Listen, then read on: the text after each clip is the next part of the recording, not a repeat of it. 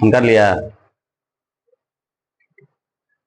चलिए, तो my dear students, आज हम लोग आप लोग को समझा रहे हैं कि बहुत सारे बच्चे बोलते रहते हैं घर जाना है, छुट्टी करना है।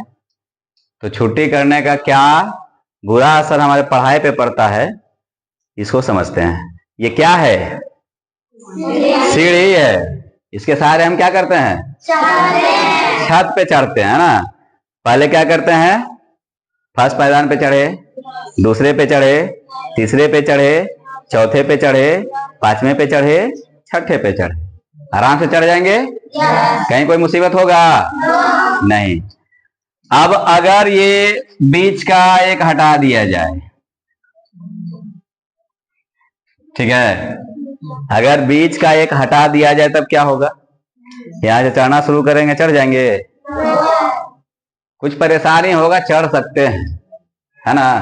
लेकिन अगर ये भी हटा दिया जाए तब क्या करेंगे? नहीं चढ़ पाएंगे। अगर चढ़ने की कोशिश करेंगे तो हो सकता है कि मेरा पैर हाथ टूट जाए, गिर जाए फिसल के, या जो भी कुछ भी हो सकता है ना। उसी तरह से जिस तरह से हम मंडे को पढ़ाई कर लिए, तो मंडे को पढ़ाई किए तो ट्यूसडे का पढ़ाई समझ में आ जाएगा।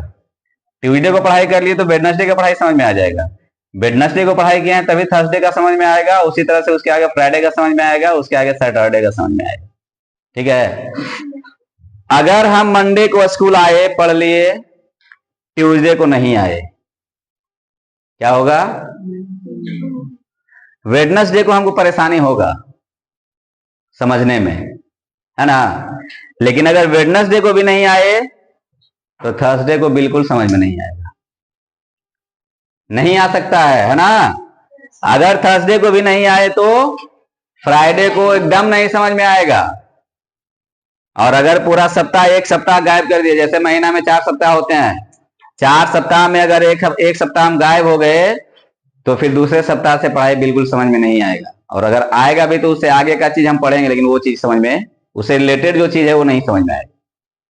ठीक है। इसीलिए स्टूडेंट को चाहिए कि कभी भी पढ़ाई से गैप ना करें। अगर गैप करेंगे तो दुनिया में तुम्हारे जैसे जैसे पढ़ने वाले बहुत सारे बच्चे हैं। तुम 2 दिन गैप करोगे, तुमसे बहुत सारे बच्चे आगे निकल जाएंगे। तुम 3 दिन गैप करोगे, तुमसे बहुत सारे बच्चे आगे निकल जाएंगे। तुम सोचते रह जाओगे हम पकड़ लेंगे, उनको पकड़ लेंगे, आगे कर लेंगे, लेकिन क्या तुम पढ़ोगे तो बैठे रहेंगे? जब तुम छुट्टी किया, तुम्हारी छुट्टी में जब वो पढ़ रहे हैं तो तुम पढ़ोगे तो बैठ जाएंगे? नहीं ना। जब वो तुमसे आगे निकल गए 1 दिन 2 दिन के लिए तो फिर वो आगे ही रहेंगे, है ना। इसलिए इसे फोकस करना है सारे बच्चों को कि कभी भी पढ़ाई से दूर नहीं जाएं, कभी भी छुट्टी ना करें। जब स्कूल है, ट्यूशन है, कोचिंग है तो उसको अटेंड करना है। और अगर आप घर में सेल्फ स्टडी कर रहे हैं तो घर में भी सेल्फ स्टडी डेली करें। ये नहीं कि एक दिन हम 12 घंटा पढ़ लिए और 4 दिन फिर छुट्टी मना लें, है ना। तो ऐसे करने वाले बच्चे कभी सफल नहीं हो सकते। सफल होने के लिए बहुत ज्यादा तेज होने की जरूरत नहीं है, लेकिन मेहनती होने की जरूरत है। कहावत कहा गया, slow but steady wins the race. धीरे चलने वाले लेकिन लगातार चलने वाले। कछुआ और खरगोश का कहानी सुना होगा?